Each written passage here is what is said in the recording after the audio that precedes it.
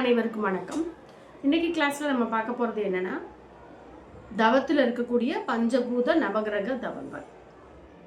இந்த பஞ்சபூதத்துல பார்த்தீங்க அப்படின்னா, பஞ்சபூதங்களை பத்தி நம்ம நிறைய பார்த்துருக்குறோம். நீர், நிலம், நெருப்பு, காற்று, ஆகாயம், விண் இல்லையா? ஆகாயம், விண் எது வேணாலும் நம்ம சொல்லலாம். அதே மாதிரி பஞ்சபூதங்கள் இது. பஞ்சபூதங்களோட சேர்ந்து நவகிரகங்கள். நம்ம வந்து ஏதாவது ஒரு ஜாதகத்தில் பிரச்சனை அப்படின்னா நவகிரக வழிபாடுகள் செய்ய சொல்லுவாங்க. அந்த நவகிரகங்களான சூரியன், சந்திரன், புதன், குரு, அடுத்தது பார்த்தீங்க அப்படின்னாக்கா சனி பகவான், ராகு, கேது, இந்த மாதிரி இருக்கக்கூடிய 9 விதமான தெய்வங்களுடைய வழிபாடு எப்படி அப்படின்றதையும் பார்க்க போகிறோம். இதுக்கும் யோகாவுக்கும் என்ன ரிலேட்டட் அப்படின்றத நம்ம தெரிஞ்சுக்கணும். நம்மளுடைய உடலில் வந்து பார்த்தீங்க அப்படின்னா 7 விதமான சக்கரங்கள் சொல்லியிருந்தோம் இல்லைங்களா? சரி, அந்த 7 விதமான சக்கரங்களையும் ஒன்றோட ஒன்று ஒருமைப்படுத்துவது வந்து எதுன்னு பார்த்தோம் அப்படின்னாக்கா அந்த பஞ்சபூதம் தான். இந்த பஞ்சபூதங்கள் வந்து பார்த்தீங்க அப்படின்னா ஜாதகம், அதே மாதிரி பார்த்தீங்கன்னா நட்சத்திரங்கள், திதி, இதுங்கள்லாம் சேர்ந்து ஒரு ஒற்றுமை உண்டாக்கப்படுகிறது. இதுங்களுக்கெல்லாம் ஒரு ரிலேஷன்ஷிப் இருக்குது. என்ன அப்படின்றது ஃபஸ்ட்டு திதி அப்படின்னா என்ன அப்படின்றத பார்த்துருவோம். நம்ம வந்து கேலண்டரில் பார்த்தீங்கன்னா இன்றைக்கி இந்த திதி பஞ்சமி அப்படின்னு போட்டிருக்கோம். திதினா என்ன அப்படின்னா மெயினாக அந்த நவகிரகங்களுக்கும் திதிகளுக்கும் உள்ள ஒற்றுமை உடன்பாடு என்ன அப்படின்னாக்கா சந்திரனுக்கும் சூரியனுக்கும் இடையே உள்ள தூரத்தை பொறுத்து தான் திதி அமைகிறது. சந்திரனும் சூரியனும் ஒரே இடத்துல இருந்துச்சு, ஒரே நேர்கோட்டுக்கு ஒரே இடத்து ஒன்றோட ஒன்று சேர்ந்துருச்சு அப்படின்னா அது அமாவாசை அப்படின்னு சொல்லுவோம். சந்திரனும் சூரியனும் 108 டிகிரியில் தள்ளி இருந்துச்சு அப்படின்னா பூர்ண சந்திரன், அதை தான் வந்து பௌர்ணமி நிலவு அப்படின்னு சொல்லி நம்ம சொல்கிறோம். சரி, இது வந்து எத்தனாவது நாள் நடக்கும் அப்படின்னா பௌர்ணமி நாள் வந்து எத்தனை, அமாவாசை அன்று எத்தனாவது திதி அப்படிங்கிறது நம்ம முதல்ல தெரிஞ்சிருக்கணும். முதல்ல திதிகளை வந்து 2 திதிகளாக பிரிக்கிறோம். ஒன்று வளர்பிறை திதிகள், இன்னொன்று தேய்பிறை திதி. வளர்பிறை, தேய்பிறை. அப்போ வளர்பிறையில் இருக்கக்கூடிய திதிகள் வந்து 15, அது 15 நாட்களாகவும், தேய்பிறையில் இருக்கக்கூடிய திதிகள் 15, அது வந்து ஒரு 15 நாளாகவும் இந்த அட்டவணையில் இந்த கேலண்டரில் நம்ம போடுறாங்க. இப்போ அதை வச்சு தான் நம்ம வந்து எதை பிரிக்கிறோம் அப்படின்னா நவகிரகங்களை கொண்டுட்டு வரோம், நட்சத்திரங்களை கொண்டுட்டு வரோம். அதே மாதிரி பார்த்தீங்க அப்படின்னா ராசி பலன்கள் வருகின்றது. இந்த யோகாவில் பார்த்தீங்க அப்படின்னா ஆன்மீகத்திற்கும் யோகாவிற்கும் அதிக தொடர்பு உடையது. இப்போ நம்ம இதில் பார்க்க போகிறது என்ன அப்படின்னா முதல்ல அந்த 15 திதிகளை என்ன அப்படின்றத பார்க்குறோம். முதல் திதி வந்து பார்த்தீங்க அப்படின்னா பிரதமை, துதியை, திருதியை, அடுத்தது பார்த்தீங்கன்னா சதுர்த்தி, பஞ்சமி, சஷ்டி, சப்தமி, அஷ்டமி, நவமி, தசமி, அடுத்தது பார்த்தீங்க அப்படின்னா ஏகாதேசி, அடுத்தது துவாதசி, திரியோதசி, சதுர்த்தசி, அடுத்தது பௌர்ணமி. இப்படி ஒரு வளம் வந்துச்சு அப்படின்னா இதை வந்து நம்ம என்னன்னு சொல்கிறோம், வளர்பிறை திதிகள் அப்படின்னு சொல்கிறோம். பௌர்ணமி கடைசியாக 15வது நாள் முடிஞ்சிச்சுன்னா இது வந்து வளர்பிறை திதிகள். அதே மாதிரி திருப்பி நம்ம சொல்கிறோம், என்ன சொல்கிறோம், இதே மாதிரி பிரதமை, அடுத்தது பார்த்தீங்க அப்படின்னா திருதியை, சதுர்த்தி, பஞ்சமி, அஷ்டமி, நவமி, சப்தமி, அதாவது 5வது வந்து பஞ்சமிக்கு அடுத்தது பஞ்சம். அதாவது இதெல்லாம் வந்து பார்த்திங்கன்னா வடமொழி சொற்கள். சான்ஸ்கிரிட்டில் பிரதமை அப்படின்னா 1 அப்படின்னு அர்த்தம். அடுத்தது பார்த்தீங்க அப்படின்னா துதி அப்படின்னா 2 அர்த்தம். அடுத்தது திருதியை 3 அர்த்தம். சதுர்த்தி அப்படின்னா 4 அர்த்தம். பஞ்சமி அப்படின்னா 5 அர்த்தம். அடுத்தது பார்த்தீங்க அப்படின்னா ஷஷ்டி அப்படின்னாக்கா 6 அர்த்தம் இல்லையா? 7வது பார்த்தீங்கன்னா சப்தமி, சப்தரிஷி மண்டலங்கள் 7 இல்லையா? அதே மாதிரி அஷ்டமி 8, நவமி அப்படின்றது 9, 10, தசம் அப்படின்னா 10, தசமி. அடுத்தது திரும்பி நம்ம 11வது சொல்லும்போது என்ன சொல்லுவோம் அப்படின்னாக்கா ஏகாதேசி வந்து ரொம்ப அருமையான ஒரு நாள் ஏகாதேசி. அடுத்தது பார்த்தீங்க அப்படின்னா 12வது துவாதசி, 13 வந்து திரியோதசி, அடுத்தது 14வது பார்த்தீங்க அப்படின்னா சதுர்த்தசி, அடுத்தது பௌர்ணமி. இது வந்து 15 இல்லைங்களா? அதே மாதிரி வளர்பிறை, தேய்பிறை இல்லையா?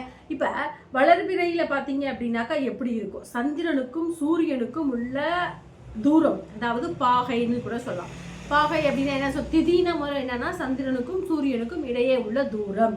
பாகை டிகிரி, எவ்வளவு அளவுகோல் டிகிரியில் மேலே இருக்குது இல்லையா, எவ்வளவு கோணத்தில் மேலே இருக்குது கீழே இருக்குது அப்படின்றத வச்சு தான் இந்த திதிகளை நம்ம சொல்கிறோம். இதை முதல்ல நம்ம தெரிஞ்சுக்க வேண்டிய விஷயம். இதில் பார்த்தீங்க அப்படின்னாக்கா தேய்பிறை திதிகள் 15, அடுத்தது வளர்பிறை திதிகள் 15. இதில் பார்த்தீங்க அப்படின்னாக்கா தேய்பிறை திதிகளில் தான் நான் சொன்னேன் 15 திதிகள் சொன்னேன். அதே மாதிரி தான் வளர்பிறையிலையும் இருக்கும். இதில் வளர்பிறையில் பௌர்ணமி இருக்கும், தேய்பிறையில் 15வது இடத்துல வந்து என்ன இருக்கும் அப்படின்னா அமாவாசை இருக்கும். சரி, இப்போ நான் பௌர்ணமினா என்னன்னு ஏற்கனவே சொல்லிட்டேன். இந்த பௌர்ணமினா என்ன, சந்திரனும் சூரியனும் 180வது டிகிரியில் கோணத்தில் இருக்கும். இதுக்கு இருக்கக்கூடிய தூரம் இந்த பாகையை தான் நம்ம என்னன்னு சொல்கிறோம், பௌர்ணமி அப்படின்னு சொல்லி சொல்கிறோம். சரி, இப்போ வந்து என்னவாகும் அப்படின்னா சந்திரன் வந்து இந்த பௌர்ணமி தினத்தன்று மீன்ஸ் எப்படி சொல்கிறோம், இந்த வளர்பிறையே பிறைனா என்ன, அந்த நம்ம பார்க்குறோம் இல்லையா, 1ஆம் பிறை, 2வது பிறை, 3வது பிறை, 4வது பிறை பார்த்தா நாய்ப்படாத பாடுன்னு சொல்லுவாங்க இல்லையா. சரி, அந்த சதுர்த்தசி அந்த சதுர்த்தி தான் இல்லையா. இப்போ அந்த 4வது பிறை, இந்த பிறையெல்லாம் எப்படி அப்படின்னாக்கா ஒவ்வொரு பிறையாக வளர்கிறது இல்லையா, அதை தான் வளர்பிறைன்னு சொல்கிறோம். அதை வந்து தான் நம்ம பௌர்ணமின்னு சொல்கிறோம். அதுக்கு இன்னொரு பேர் சொல்லுவோம் சுக்கிலபக்ஷம். என்னது, சுக்கிலபக்ஷம். சுக்கிலம் அப்படின்னா வளர்தல் அப்படின்னு அர்த்தம். அடுத்தது இந்த பக்கம் வாங்க. இதே மாதிரி 15 திதிகள் தான் சந்திரனும் சூரியனும் ஒன்னோடு ஒன்று சேர்ந்து இருக்கும்போது என்னவா இருக்கும், அமாவாசை உருவாகும். இதை வந்து தேய்பிறை திதிகள்னு சொல்கிறோம். இதை வந்து கிருஷ்ணபட்சம் அப்படின்னு சொல்லி சொல்லுவாங்க. இப்போ முதல்ல நம்ம திதிகளை பற்றி தெரிஞ்சுக்கணும். இப்போ சுக்லபட்சம், கிருஷ்ணபட்சம் அப்படின்னா நம்ம என்ன அப்படின்றத சொல்லிட்டோம். அது மட்டும் இல்லாமல் ஒவ்வொரு திதிகளுக்கும் பார்த்தீங்கன்னா ஒரு அதி தேவதைகள் இருக்கின்றன. அதெல்லாம் நிறைய நம்ம சொல்லிக்கிட்டே போகலாம். பார்த்தீங்க அப்படின்னாக்கா ஃபஸ்ட்டு திதி வந்து பிரதமை. அதுக்கு வந்து சில பேர் வந்து சொல்லுவாங்க இஷ்டி அப்படின்னு சொல்லி சொல்லுவாங்க. பஞ்சாங்கத்தில் பார்த்தீங்கன்னா திருநெல்வேலி பஞ்சாங்கம் இருக்கும், ஆற்காடு பஞ்சாங்கம் இருக்கும். இந்த ஆற்காடு பஞ்சாங்கத்தில் பார்த்தீங்கன்னா பஞ்சாங்கத்தில் வந்து பெரிய பாம்பு ஃப்ரண்ட் பேஜில் எல்லோ கலரில் பார்த்தீங்கன்னா இப்படி போட்டிருக்கோம். அந்த பஞ்சாங்கத்தை வச்சு தான் நம்ம யோக கலையவே வந்து அதிலே நிர்ணயிச்சிடலாம். நிமிடங்களுக்கு, யமகண்டம், ராகுகாலம், அந்த நாட்கள் எல்லாமே எப்பப்போ வருது என்னென்ன அப்படின்றது எல்லாமே டீட்டெயில் அந்த ஒரு பஞ்சாங்கத்தை நம்ம வந்து நல்லா தெரிஞ்சுக்கிட்டோம் அப்படின்னா நாமளே வந்து ஜாதகத்தை கணிக்கிற அளவுக்கு அந்த கணக்கு வழக்கு எல்லாமே வந்து அதில் அவ்வளவு அழகாக இருக்கும். பழைய பஞ்சாங்கம் அப்படின்னு சொல்லி சொல்லுவாங்க. பழைய பஞ்சாங்கம்னா என்னென்னா அவங்களுக்கு தெரியாத விஷயங்களே இல்லைன்னு அர்த்தம். அது வந்து ஒரு பெரிய டிக்ஷனரி மாதிரி அந்த பஞ்சாங்கம் அப்படின்றது. எதில் அப்படின்னாக்கா இந்த ஆன்மீக தகவல்லையும் சரி, இந்த யோகா கலைகள்லையும் சரி. சரி, இந்த யோகாவுக்கும் இந்த திதிகளுக்கு அந்த நட்சத்திரங்களுக்கும் என்ன சம்மந்தம்னா இந்த நட்சத்திரத்தோடு தொடர்புடையது தாங்க நவகிரகங்கள். இந்த நவகிரகங்களில் பார்த்தீங்கன்னா மொத்தம் நம்மளுடைய வாழ்நாள் வந்து 120 வருஷம். யாராவது 120 வருஷம் வாழ்கிறாங்களா அப்படின்றது தெரியல. ஜப்பான்லாம் போய் பார்த்தீங்கன்னா, சீனா ஜப்பான்லாம் பார்த்தீங்கன்னா நிறைய பேர் இருக்கிறாங்கன்னு சொல்கிறாங்க. அது வந்து உண்மையா பொய்யா அப்படின்றது நமக்கு தெரியல. ஆனால் வந்து அவங்கெல்லாம் பார்த்தீங்கன்னா 90 வயசுக்கு மேலே இருப்பாங்க. 90, 95 அவங்களுக்கு வந்து 40, 45 வயசு மாதிரி. ஏன்னா அவங்க வந்து அந்த யோக கலையை வந்து ரொம்ப வில் மாதிரி உடலை வந்து வளர்ச்சி கொடுத்து பண்ணுவாங்க. அப்போ அது அந்த மாதிரி அந்த அந்த நவகிரகங்களையும் உள்ள உறுப்புகளையும் தன்னோட கட்டுப்பாட்டுக்குள்ளே வச்சிருக்கக்கூடியவர்கள் தான் அந்த சீனர்கள். அடுத்தது பார்த்தீங்க அப்படின்னா அந்த நவகிரகங்கள் என்னென்ன அப்படின்னாக்கா 120 வருஷத்திற்கு அதிபதியானது என்னென்னன்றதை பார்க்க போகிறோம். முதல்ல கேது பகவான் வந்து 7 வருஷம் நம்மளோட பிரயாணிக்கும். அடுத்தது சுக்கிரன் வந்து பார்த்தீங்கன்னா 20 வருஷம் வரும். சொல்கிறதெல்லாம் கூட்டிக்கிட்டே வந்தோம் அப்படின்னாக்கா 120 வருஷம் வருங்க. அடுத்தது வந்து சூரியன் வந்து ஒருத்தவனுக்கு 6 வருஷம் நிலையில் இருக்குங்க. அடுத்தது சந்திரன் பார்த்தீங்க அப்படின்னா 10 வருஷம் இருக்கும். செவ்வாய் 7 வருஷம் இருக்கும். ராகு 18 வருஷம் இருக்கும். குரு பகவான் 16 வருஷம் இருக்கும். புதன் வந்து பார்த்தீங்க அப்படின்னாக்கா 17 வருஷம் இருக்கும். ஒரு 120 வருஷத்தில் அதிகமான இடங்களை பிடிக்கக்கூடியது வந்து என்ன அப்படின்னா சுக்கிரனும் புதனும். மற்ற இது எல்லாத்தையும் நம்ம கூட்டி பார்த்தோம் அப்படின்னா 120 வருஷம் வரும். இப்போ இந்த 120 வருஷத்தில் வந்து நம்ம எத்தனை ஆண்டுகள் வாழ போகிறோம் அப்படின்றது நமக்கு வந்து கடவுளுடைய கையில் தான் இருக்கின்றது. இப்போ நான் வந்து இந்த 120 வருஷத்தில் கேது பிடியில் இருக்கிறேன்னா, இல்லை ராகுகிட்ட இருக்கிறேன்னா, இல்லை செவ்வாயில் இருக்கிறேனா அப்படின்றது அவங்களுடைய ஜாதக கட்டங்களை பார்த்தா தான் தெரியும். ரைட். இப்போ நட்சத்திரங்களை பற்றி சொன்னோம். நட்சத்திரங்களுக்கு அதிதேவதைகள் நிறைய இருக்கின்றன. இப்போ நட்சத்திரங்களோட சேர்ந்து இந்த 9 விதமான மண்டலங்கள் எது, இந்த சூரியனுக்கும் சந்திரனையும் பார்த்தீங்க அப்படின்னாக்கா அதை சுற்றி இருக்கக்கூடிய கோள்கள் 9 கோள்கள், அதை தான் நவகிரகங்கள் அப்படின்னு சொல்லி சொல்கிறோம். இந்த பஞ்சபூத நவகிரக தவம் பண்ணணும் அப்படின்னாக்கா ரொம்ப ரம்மியமாக இருக்கும். யூடியூப்பில் வேதாத்ரி மகரிஷியோட சேனலுக்கு போனீங்கன்னா நீங்கள் யூடியூப்பில் போய் பஞ்சபூத நவகிரக தவம் இன் தமிழ் அப்படின்னு போட்டிங்க அப்படின்னா அழகான சொல்லிக்கிட்டே வருவாங்க. அந்த சொற்பொழிவு கேட்டுகிட்டே நம்ம வந்து ஒரு 40-45 மினிட்ஸ் அந்த தவம் ஓடும். அது அப்படியே நம்மளோட செல்லில் போட்டுட்டு நம்ம வந்து ஒரு தரை விரிப்பில் அமைதியாக ஒரு முத்திரையை போட்டுட்டு உட்காந்துக்கலாம். என்ன முத்திரை மோஸ்ட்லி போடலாம் அப்படின்னாக்கா ஞான முத்திரையை போட்டுட்டு உட்காந்துக்கலாம். இல்லை என்னால் முத்திரையெல்லாம் போட முடியாதுங்க, நான் சும்மாவே உட்காந்துருக்கேன் அப்படின்னா உட்காந்துக்கலாம். என்னால் கீழே உட்கார முடியாதுங்க அப்படின்னா இந்த மாதிரி அழகாக ஒரு சேரில் உட்காந்துக்கலாம். சேர் வந்து காலை வந்து பார்த்தீங்க அப்படின்னா பாதத்தை வந்து எப்போதுமே அந்த இடத்துல கீழே வைக்கும்போது பார்த்தீங்கன்னா ஒரு துணி விரிப்பை போட்டு அந்த துணி விரிப்பு மேலே தான் நம்ம காலை வைக்கணும். ஏன்னா ஈர்ப்பு சக்திகள் வந்து நம்ம உடம்புக்கு வரும் அப்படின்றதுக்காக இந்த மாதிரியான விஷயங்கள் நம்ம மேற்கொண்டுட்டு வரோம். அடுத்தது பார்த்தீங்கன்னாக்கா இந்த நவகிரகங்கள் தோன்றிய விதங்கள் நம்ம தெரிஞ்சதுக்கு அப்புறம் தான் நம்ம நவகிரகத்துடைய தவத்தை நம்ம பண்ண போகிறோம். ஃபஸ்ட்டு பார்த்தீங்க அப்படின்னா சூரியன் பார்த்தீங்க அப்படின்னா அவர் வந்து சாயாதேவி சந்தியாதேவி அப்படின்றவரை மனம் புரிகிறாரு. சந்தியாதேவி வந்து ரொம்ப அழகானவங்க. இந்த சந்தியாதேவி என்ன அப்படின்னா சூரியனுடைய கதிர் வெப்பத்தை வந்து அவங்களால தாங்க முடியாது. அதனால தன்னுடைய நிழலை வந்து படைச்சி நீ வந்து சூரியனோட குடும்பம் நடத்துது அப்படின்னு சொல்லிடுறாங்க. அது வந்து சூரியனுக்கே தெரியாது. அப்படி அந்த சூரியனுக்கும் அந்த சாயாதேவிக்கும் பிறந்தவர் தான் சனி பகவான்னு கூட சொல்லுவாங்க. இதுதான் சூரியன். அடுத்தது பார்த்தீங்கன்னா சந்திரனை பார்த்தோம் அப்படின்னு சொன்னாக்கா ரொம்ப அழகானவருங்க. 27 நட்சத்திரங்களையுமே மேரேஜ் பண்ணவர் அவர். பார்த்தீங்களா? இப்போ திதி எதனால் வந்து நான் இதெல்லாம் சொல்கிறேன் அப்படின்னா யோகாவுக்கும் திதிக்கும் கோள்களுக்கும் நட்சத்திரங்களுக்கும் என்ன சம்மந்தம்னா திதி வந்து கோள்களுடைய சம்மந்தம் உடையது, கோள்கள் வந்து நட்சத்திரத்தோட சம்மந்தம் உடையது. இந்த சந்திரன் வந்து பார்த்திங்க அப்படின்னா தன்னுடைய 27 நட்சத்திரத்தங்களோடையும் தொடர்புடையவர். அதனால தான் இந்த நட்சத்திர வழிபாடுகள் உண்டு. அது அடுத்தடுத்த வீடியோவில் நம்ம பார்ப்போம். இப்போ வந்து சந்திரன் வந்து எப்படி பிறந்தார் அப்படின்னா நம்ம வந்து சோமன் அப்படின்றவரை சொல்லுவாங்க. அடுத்தது பார்த்தீங்க அப்படின்னா இவர் வந்து ரொம்ப ரொம்ப ரொம்ப ரொம்ப அழகாக இருக்கக்கூடியவர். அதனால வந்து இவருக்கு வந்து ரொம்ப தலகணம் இருக்கும்.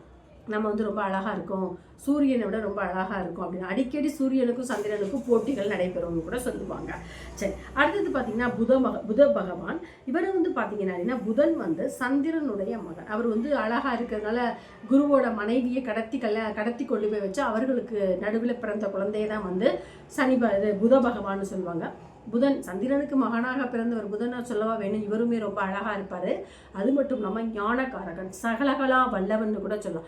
1000 கலைகள் 64 கற்றிருந்தவர். எல்லா விஷயம் ஒருத்தவனுக்கு புதன் வந்து நல்ல இடத்துல இருந்துச்சு அப்படின்னா அவன் ஞானக்காரகன்னு சொல்லலாம்.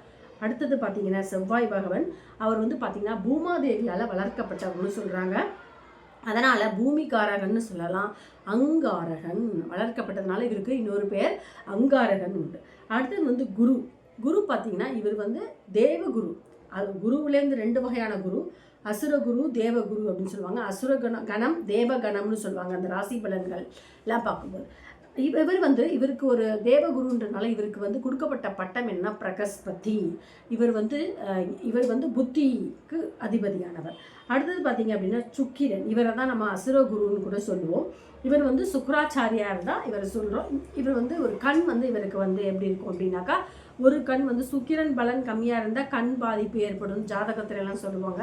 அதெல்லாம் நம்ம இந்த யோகாவுக்கு இது தேவையில்லாது. அதனால் வந்து இந்த கண் வந்து அவருக்கு கொஞ்சம் ஒரு பூ விழுந்த மாதிரி இருக்கும் அப்படின்னு சொல்லுவாங்க. அடுத்து வந்து சனி பகவான் வந்து சாயாதேவிக்கு பிறந்தவர்.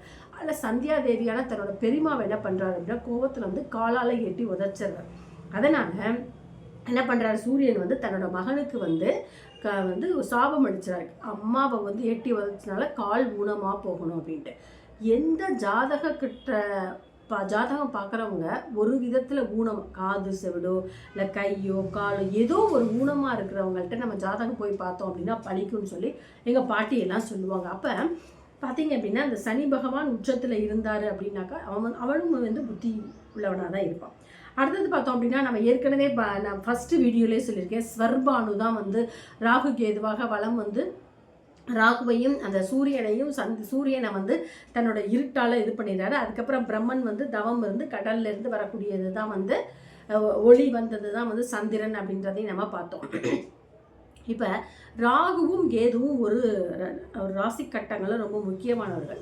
அதே மாதிரி தவம் பண்ணும்போது ராகு கேதுக்கும் நம்ம ரொம்ப நேரம் ஒதுக்கி தவம் பண்ணோன்னா உடலில் வந்து நமக்கு எந்த விதமான தீங்கும் நடக்காது, வியாதிகள் அணுகாது அப்படின்னு ஒரு ஐதீகம். இது வந்து ராகுக்கும் இங்கே இதுக்கும் தனியாக ஸ்தலம் இருக்குங்க. ராகுக்கு பார்த்தீங்கன்னா கும்பகோணத்தில் வந்து திருநாகேஸ்வரம்ன்ற ஒரு இடத்துல வந்து ராகுக்கு நடக்கும். நீல நிறமாக பால் வந்து வரும் அப்படின்றது. நாங்களாம் சின்ன குழந்தையாக இருக்கும்போது அந்த கோவிலெல்லாம் போய் படிப்போம். எங்கள் ஊர் வந்து அது பக்கத்தில் தான். பார்க்கும்போது பார்த்திங்கன்னா நிறைய விஷ ஜந்துக்கள்லாம் அங்கே வரும். அந்த ஊரில் பிறந்தவங்க, அந்த மண்ணை மிதித்தவர்கள், அந்த ஊரில் பிறந்தவர்களுக்கு நாகு அதாவது பாம்பு தீண்டாது அப்படின்ற ஒரு ஐதீகம் இருக்குது. வாய்ப்பு கிடைத்தால் நீங்கள் கண்டிப்பாக அந்த கோவிலுக்கு சென்று வாருங்கள். அடுத்தது பார்த்தீங்கன்னா கேது பகவான். கேது பகவானுடைய ஸ்தலம் எதுன்னு பார்த்தீங்கன்னா கீழ்பெரும்பள்ளம். கீழப்பெரும்பள்ளம் மேலப்பெரும்பள்ளம்னு சொல்லுவாங்க. இந்த பொறையாறு பக்கத்தில் இருக்கக்கூடிய ஸ்தலம். அதில் வந்து பார்த்திங்கன்னா ரொம்ப அருமையான கோவில் இது. யமகண்டத்தில் பூஜை பண்ணுவாங்க கேது பகவானுக்கு. ராகு பகவானுக்கு ராகு காலத்துலேயும், இது வந்து யமகண்டத்தில் பூஜை பண்ணுவாங்க. எப்படி இந்த ராகு கேது உருவானுச்சு அப்படின்னாக்கா, இந்த ஸ்வர்பானுன்றவர் என்ன பண்ணுறவர் அசுரர் வந்து இப்போ வந்து மோகினி அவதாரம் போட்டு அந்த விஷ்ணு பகவான் என்ன பண்ணுறாரு அப்படின்னா எல்லாருக்கும் வந்து என்ன கொடுக்குறாரு அப்படின்னா அமிர்தத்தை கொடுத்துட்டு வராரு. அப்போ வந்து இந்த ஸ்வர்பானு மட்டும் அந்த மோகினி மேலே ஆசைப்பட்டு மயங்காமல், பெண் மீது ஆசைப்படாமல் மயங்காமல் ஏதோ திட்டம் தீட்டுறாங்க அப்படின்னு சொல்லிட்டு இந்த அமிர்தத்தை வந்து தேவர்களோடு நின்று கொஞ்சம் வாங்கி குடிச்சிடுறாரு. அதை வந்து சூரியனும் சந்திரனும் கண்டுபிடிச்சிடுறாங்க. அப்போ சூரியனும் சந்திரனும் கண்டுபிடிச்சி என்ன நடக்குது அப்படின்றது தான் வரலாறு. இப்போ வந்து திருநாகேஸ்வரம் அப்படின்றது பார்த்தீங்க அப்படின்னாக்கா அந்த இடத்துல பார்த்தீங்கன்னா அப்போ வந்து ரொம்ப மனம் உடைஞ்சிடுறாரு. அப்போ வந்து காலை வெட்டப்படுறாரு. அவர் வெட்டப்படும்போது தனித்தனியாக தலை ஒரு பக்கமாகவும் கால் ஒரு பக்கமாகவும் உடல் ஒரு பாகமாகவும் கிடைக்குது. ஆனால் அமிர்தத்தை குடித்ததுனால அவர் உயிரோடு இருக்கார். இப்படி தலையும் காலும் தனித்தனியாக போய்கிட்டு இருந்தால் எனக்கு ரொம்ப அவமான சின்னமாக இருக்கிறது அப்படின்னு சொல்லிட்டு முறையிடுறார் கடவுள்கிட்ட. அப்போ கடவுள் என்ன பண்ணுறாரு அப்படின்னாக்கா, அதாவது கோள்களாக இடம்பெற வேண்டும் என்றாலும் முதல்ல வந்து சூரியன் வந்து முதல் கோள். அப்போ அந்த முதல் கோளாக நாம் இடம்பெறணும் அப்படின்றதுக்காக சிவபெருமான்கிட்ட வந்து அவ்வளவு தவம் புரிந்தவர் தான் சூரியன். அப்போ இவர் என்ன பண்ணுறாரு, இந்த சூரியனும் சந்திரனும் தான் எனக்கு வந்து நான் வந்து இப்படி இந்த நிலைமைக்கு ஆளாக காரணம், அதனால எனக்கு சூரியனுக்கும் சந்திரனுக்கும் இருக்கக்கூடிய இடங்கள்ல எனக்கு ஒரு இடம் வேணும் அப்படின்னு சொல்லி இந்த ஸ்வர்பானு கேட்குறாரு. அப்போ அவர் வந்து என்ன பண்ணுறாரு அப்படின்னா எல்லாம் வல்ல ஈசனுக்கு கொடுத்தே பழக்கம். அப்போ ஈசன் என்ன பண்ணுறாரு அப்படின்னாக்கா, பாம்பு உடல் உனக்கு இருக்குது, தலை ஒன்ட்ட வந்து ஏற்கனவே இருக்குது, அதனால் பாம்பு உடலை நீ வச்சுக்க, உனக்கு பேர் ராகு அப்படின்னு சொல்லி சொல்கிறாரு. அதே மாதிரி பார்த்தீங்கன்னா கேது வந்து நீ வந்து உன்னோட தலை வந்து பாம்பு தலையாக இருக்கட்டும், உடல் வந்து நீ வந்து மனித உருவமாக இருக்கட்டும். இப்போ எந்த கோவிலில் போய் பார்த்தீங்கன்னாலும் ராகு கேதுவை போய் பார்த்தீங்கன்னா இப்படி தாங்க இருக்கும். இப்போ இந்த இதுதாங்க வரலாறு. அப்போ யோகாவுக்கும் திதிக்கும் நட்சத்திரங்களுக்கும் ராசி பலன்களுக்கும் ஆன்மீகத்திற்கும் நிறைய தொடர்பு இருக்கிறது. சொல்லிக்கிட்டே போனால் நம்ம நிறைய சொல்லலாம். இன்னைக்கு இந்த பதிவில் இதுவரைக்கும் அமைதியாகவும் பொறுமையாகவும் கேட்ட அனைவருக்கும் நான் வணக்கத்தை தெரிவித்ததுக்கு முன்னாடி ஒரு விஷயத்த சொல்கிறேன். இந்த ஐம்பூதங்களாக இருக்கட்டும், நட்சத்திரங்களாக இருக்கட்டும், திதிகளாக இருக்கட்டும், இவங்களெல்லாம் வெல்லணும், அவங்கள்ட்டேருந்து நமக்கு கிடைக்கக்கூடிய கஷ்டங்கள் வந்து நமக்கு ஒழியணும் அப்படின்னா நம்ம முருகப்பெருமான சஷ்டியில் வந்து நம்ம வந்து விரதம் இருக்கலாம். இப்போ சஷ்டி இல்லையா, சஷ்டியில் வந்து முருகப்பெருமான் அந்த சூரபத்மானை அழிச்சிட்டு சப்தமியில் வந்து கல்யாணம் பண்ணிப்பார். அப்போது முருகப்பெருமான் ஒருத்தவன் கேட்குறான், எனக்கு வந்து ராகு மீன்ஸ் நான் என்கிட்ட இருக்கக்கூடிய 9 கோள்களை பற்றி நான் பயப்படுறேன், ஏன் அப்படின்னா என்னுடைய கோள்கள் 9ம் வலுவிழந்து விட்டால் எரும மாட்டு மேலே ஒருத்தன் வந்து என்னை கூட்டிகிட்டு போயிடுவான் முருகா அப்படின்னு சொல்லி நான் யார்கிட்ட அஞ்சாமல் இருக்கணும் அப்படின்னு சொல்லி கேட்குறான். அதுக்கு வந்து ஒரு பாடல் ஒன்று சொல்லுவாங்க, என்னென்னா 5 முகன் தோன்றில் 6 முகன், 5 முகம் இருந்துச்சு அப்படின்னா 6 முகன் 6 வெஞ்சமதில் அஞ்சேன் என வேல் தோன்றும். அதாவது 5 முகம் இருக்கும்போது 6 முகன், 5 முகனை பார்த்து நீ பயப்படாத, 5 முகம் தோன்றில் 6 முகம் வெஞ்சமதில் மனதில் அஞ்சேன் என வேல் தோன்றும், அஞ்சாத. ஏன் அப்படின்னா யாருக்கு அஞ்சாமல் நான் இருக்கணும், யார் வந்து என்னை காப்பாற்றுவார் அப்படின்னு மனித பிறவிகள் கேட்குறாங்க. அதுக்கு அவர் சொல்கிறாரு, மனதில் ஒரு கால் நினைத்தால் 2 கால் உடையவன் தோன்றுவான். அதாவது மனதில் முருகா என்று நினைத்தினா 2 கால்களை உடைய முருகன் உன் முன்னாடி தோன்றி உன்னுடைய அந்த அஞ்சுவதை நீ நீ பயப்படுற இல்லையா, அந்த பயத்தை போக்குவான் என்று நிறைய பேர் பாடல்களில் ஒரு பாடல்களில் கூறப்பட்டிருக்குதுங்க. அதை நான் திரும்ப திரும்ப சொல்கிறேன். 5 முகம் தோன்றில் 6 முகன் வெஞ்சமதில் அஞ்சேன் என வேல் தோன்றும் யாருக்கு நெஞ்சில் ஒருகா நினைத்தால் இருகா தோன்றும் என்பதே ஐதீகம். ஆக இந்த மாதிரியான கடவுளுடைய நம்பிக்கையும் கடவுளை கடவுள் கோவிலுக்கு தான் போய் நம்ம வழிபடணும் அப்படின்றது அவசியம் இல்லை. நம்ம வீட்டிலேயே வழிபடலாம் இல்லைங்களா? சரி, இதுவரைக்கும் அமைதியாகவும் பொறுமையாகவும் இந்த கிளாஸை கவனித்த அனைவருக்கும் நன்றி. அடுத்த வீடியோவில் இன்னும் நம்ம நிறைய பதிவுகளை பார்க்க இருக்கிறோம். ஆன்லைன் கிளாஸஸ் இதுதான், ஆஃப்லைன்லேயும் நிறைய கிளாஸஸ் அடுத்தடுத்து நடைபெறும். நன்றி, வணக்கம்.